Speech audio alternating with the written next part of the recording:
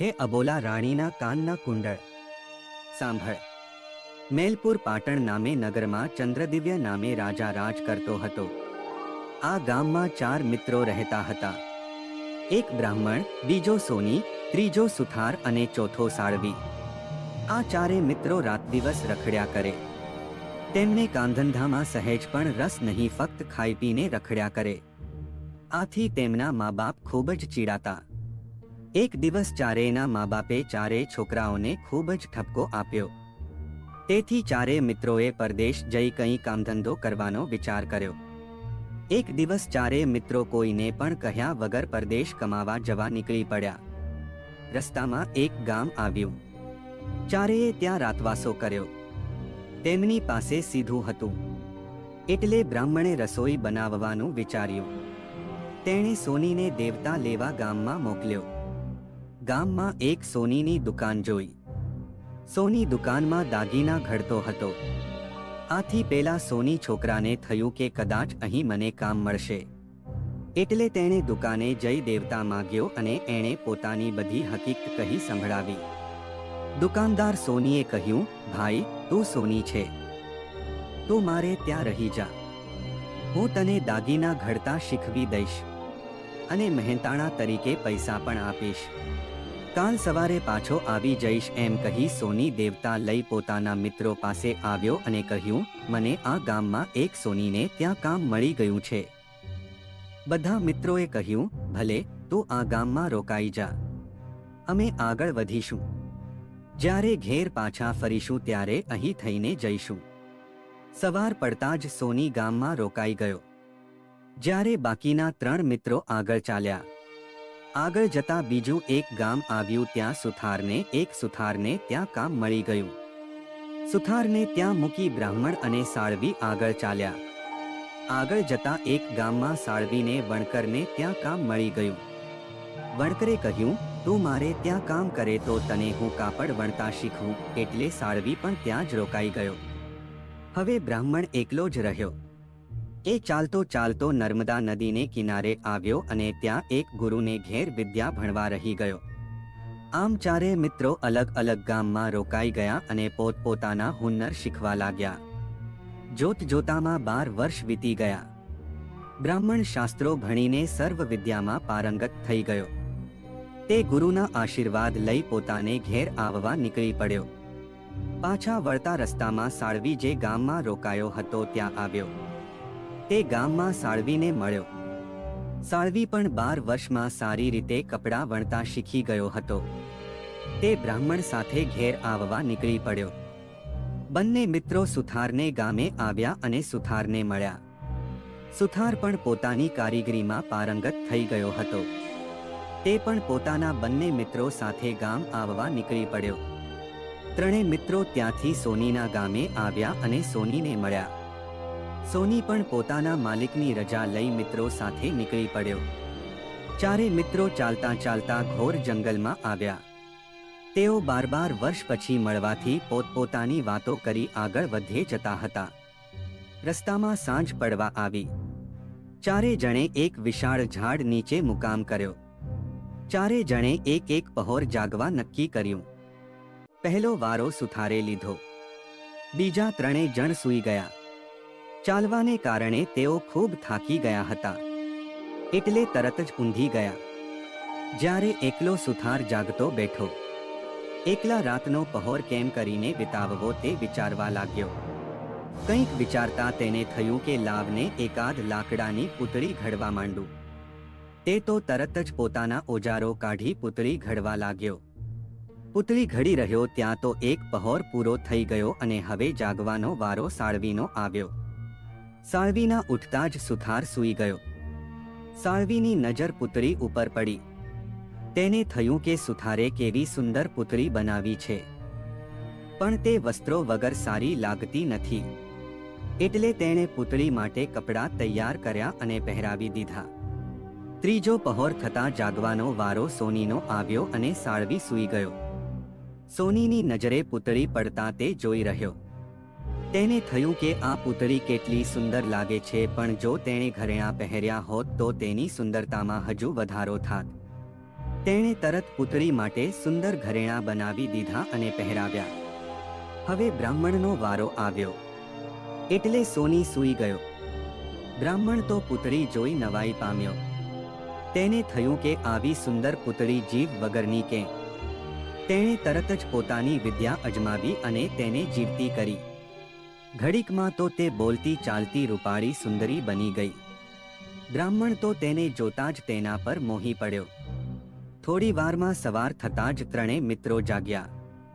તેમણે પોતાની સામે રૂપાળી સુંદરીને જોતા જ તેના પર મોહી પડ્યા. થોડી વારમાં તો ચારેય મિત્રો ઝઘડવા લાગ્યા.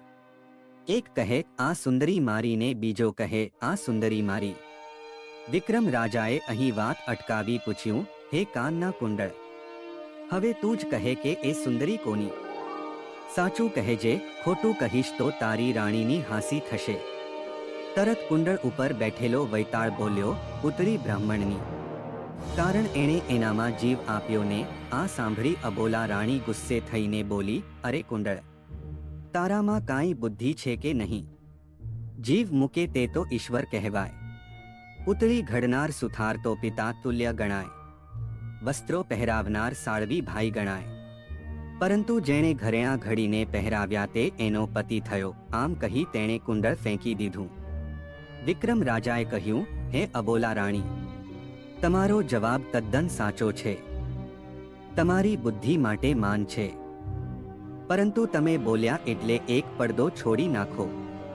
અબોલા રાણીએ પોતાની શરત પ્રમાણે એક પડદો છોડાવી લીધો. રાણી, હવે હું બીજી વાત કહું. તમે હુંકારો દેશો ને? અરે રાજા, તમે ગમે તેમ કરો પણ રાણી હુંકારો નહીં દે. કાંઈ નહીં, બેફિક્રથી વિક્રમે કહ્યું, રાણીનો હાર હુંકારો દેશે. વૈતાળ હારમાં જઈ બેઠો. રાજાએ બીજી વાત શરૂ કરી. રાજવતી નગરમાં રાજસેન નામનો રાજા રાજ કરતો હતો.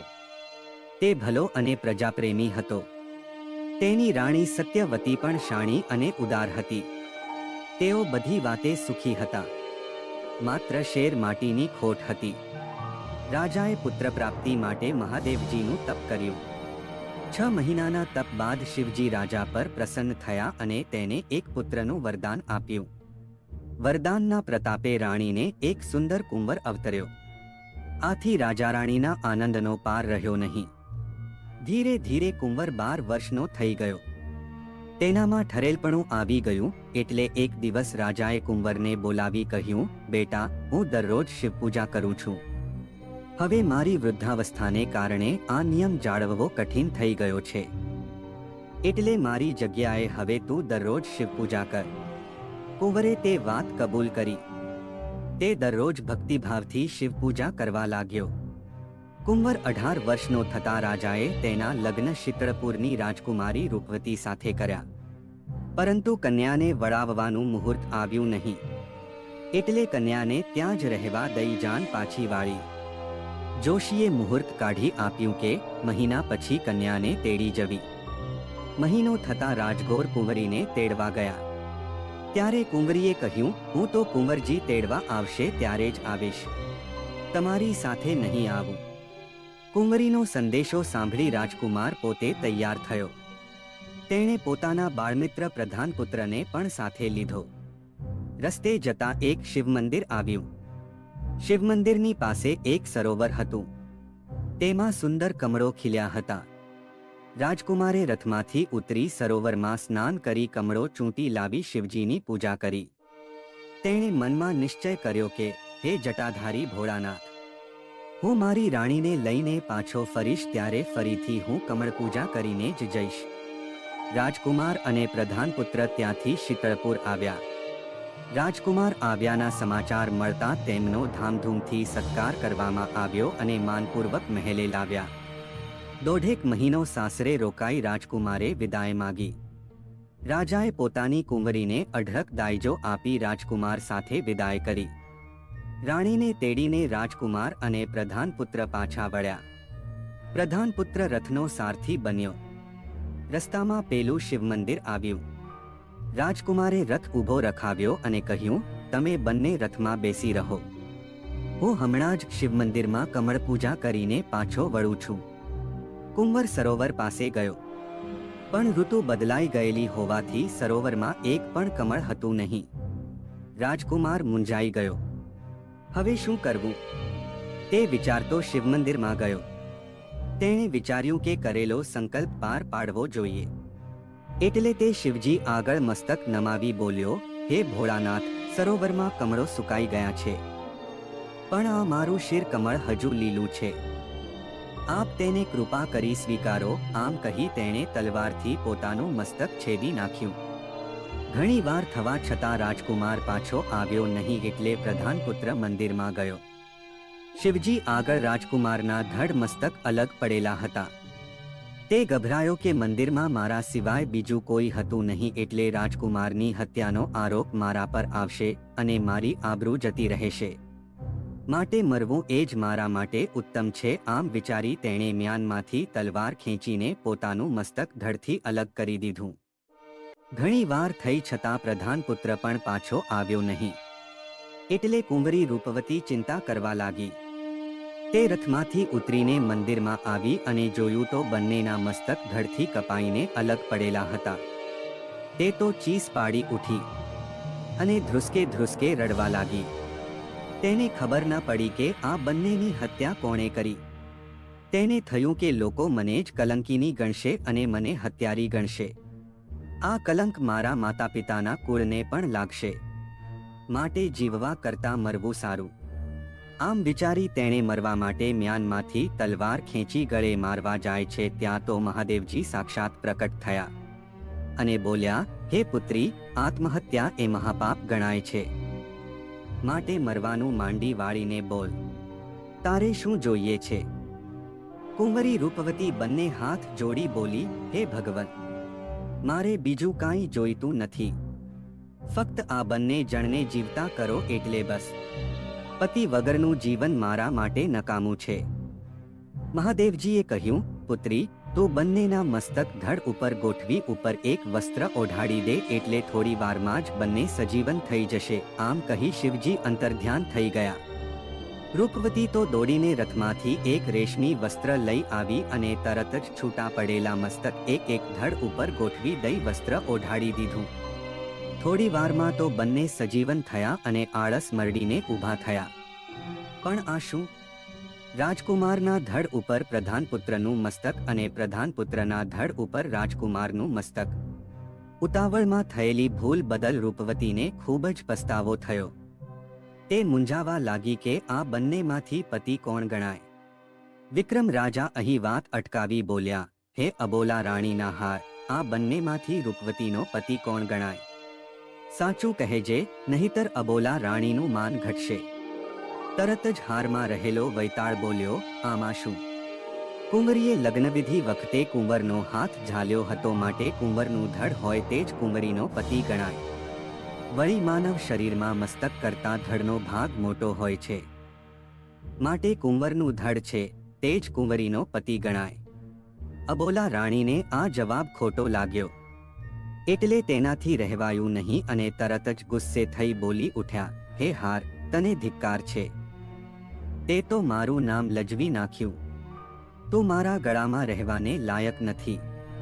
આમ કહી હાર જમીન પર ફેંક્યો અને કહ્યું, મસ્તક શરીરનું ભૂષણ છે, માણસ માત્ર મસ્તકથી ઓળખાય છે, માટે રાણી ધડની નહીં પણ મસ્તકની. શાબાશ, વિક્રમે કહ્યું, તમારી વાત ખરી છે, તમે ખરેખર ચતુર અને બુદ્ધિમાન છો, પરંતુ તમે બીજી વાર બોલ્યા એટલે બીજો પડદો છોડી નાખો. રાણીએ પોતાની શરત પ્રમાણે બીજો પડદો છોડી નંખાવ્યો.